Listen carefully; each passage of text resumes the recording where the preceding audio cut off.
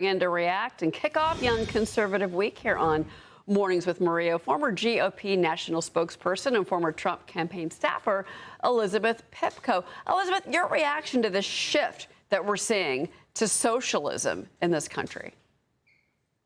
Yeah, good morning, Cheryl. Thanks for having me. I don't know if it's really a shift. I think the problem is that the Democrat Party has put in no effort in recent years to kind of stand against their, far left faction of their base that stands for socialism. So the problem is when they're going up against Donald Trump, someone who's not only so popular on the right, but who even people like Bill Maher call one of the most effective presidents we've ever had, they end up looking really poor if they try to stand against one of their most popular candidates who ends up looking like the only person who's tried to bring any kind of solutions to the people of this country. So the problem is now they have a decision to make, and it's, do we stand against socialism? Do we stand against everything that Mamdani has brought to the table, or do we allow this Democrat to prosper because he's the first one in such a long time who's able to rally any kind of support? So they're in a very, very difficult spot. But the fact is, if they had stood against socialism years ago when it started festering in their party, we wouldn't be here right now. But what does your generation say about this? I mean, I ask because what we saw happen in New York City, and this has a lot of these Democrats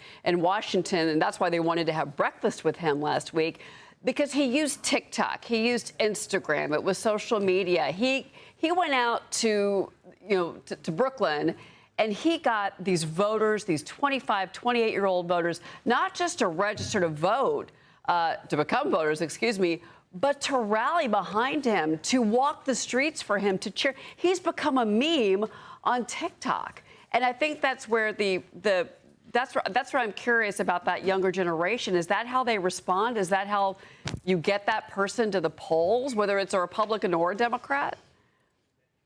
Well, I think it's a combination of things, right? So first of all, yes, he's incredibly popular on social media. So obviously is Donald Trump on the right. But the thing is, he's also bringing forward solutions that resonate with young people who aren't taking the time to do their research to realize that the solutions do not work, right? A lot of the things that he has proposed, he's not going to be able to do as the mayor of New York City, and will actually ruin the city and the country as we know it. So I think the combination of social media and bringing forward these popular solutions that might not even work when you're up against no one, when you're up against Andrew Cuomo, who kind of sat back during the primary thinking he was going to win, and a Democrat establishment that is scared to propose actual solutions because they know the only thing that works is these pro-socialist views. You're left with a very difficult spot trying to bring young people over to your side. Well, that's why I'm wondering if this younger generation understands that a lot of the things that he's proposed, he cannot do. He legally cannot do, but that's for another discussion, I guess. I want to ask you about this. A new CNN poll reveals the Democrats' favorability rating lowest in decades, 28%. So how are young voters reacting, do you think, to this? Do they have this negative view of the Democratic Party in general? They definitely do. Look, we're talking about TikTok. This is another reason Mamdani is popular. He's going against the Democrat establishment. That's who's unpopular with young people and with this party base. The fact is they've waited for solutions for 10 years, and all they've gotten is more criticism of Donald Trump, which may be fun for a couple of years, but it doesn't win elections, and it doesn't make the lives of the American people better. They need someone that actually comes to the table and brings some kind of solutions and answers to their problems forward. We've seen how successful Donald Trump has been on the right in being an effective politician, someone who's able to do that. They don't have that on the left. That's why socialism is so popular. It's the only solution any Democrat has brought forward since 2016. And that is why the Democrats consistently have been called out of touch, because they have lost touch with what the average person wants. And that is what Donald Trump did in 2024 and in his first term as well. He listened to what people wanted, how they felt, and he responded. And look at what happened with immigration. Now you have a closed border. So speaking of the Trump administration, they actually celebrated President Trump's first 6 months back in office. President Trump saying that the United States has been totally revived after being dead under former President Joe Biden. So talk to me about your impressions of the first 6 months of Donald Trump's presidency.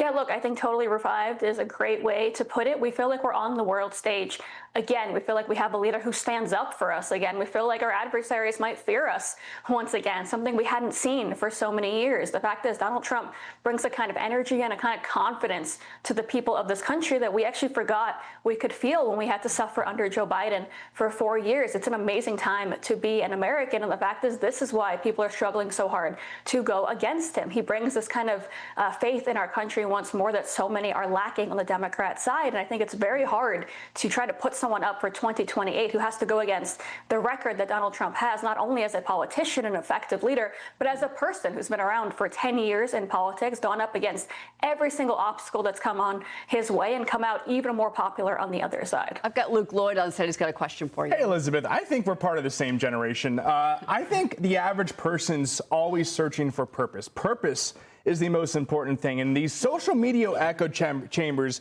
basically create a sense of fake purpose for a lot of people to join a kind of movement to make them feel included in some sort of ways. Back in the day, it used to be have kids, get married, whatever it be. Like, those provided some sense of purpose. Patriotic values, bootstrapping things by yourself provided purpose. What advice would you give to young people for them to create purpose in today's crazy social media tech world? A really, really good question. Look, I'll bring it back to Donald Trump because he's our leader right now. In 2016, he got me out of my seat, out of my bed, my depressive episode I was in as a teenage girl, got me volunteering on his campaign, then working for his campaign and falling in love again, not only with my country, but with myself again, because I watched what he went up against. I watched the world laugh at him when he was polling at 1%, and then I watched him become president. And I realized if you believe in yourself, if you believe in this country, you can actually accomplish absolutely anything. That's why Donald Trump is so popular. He's not a Republican. He's just common sense. He's a man that brings inspiration, whether you agree with all of his policies or not. So if you're looking for some kind of purpose, realize the entire world can go up against you and you can still become president twice, because in America, you can do absolutely anything that you want to do. Love it. Elizabeth Pipko, it's great speaking with you this morning. Thank you for being here. It's fascinating to talk to your Thank you. generation. It really is.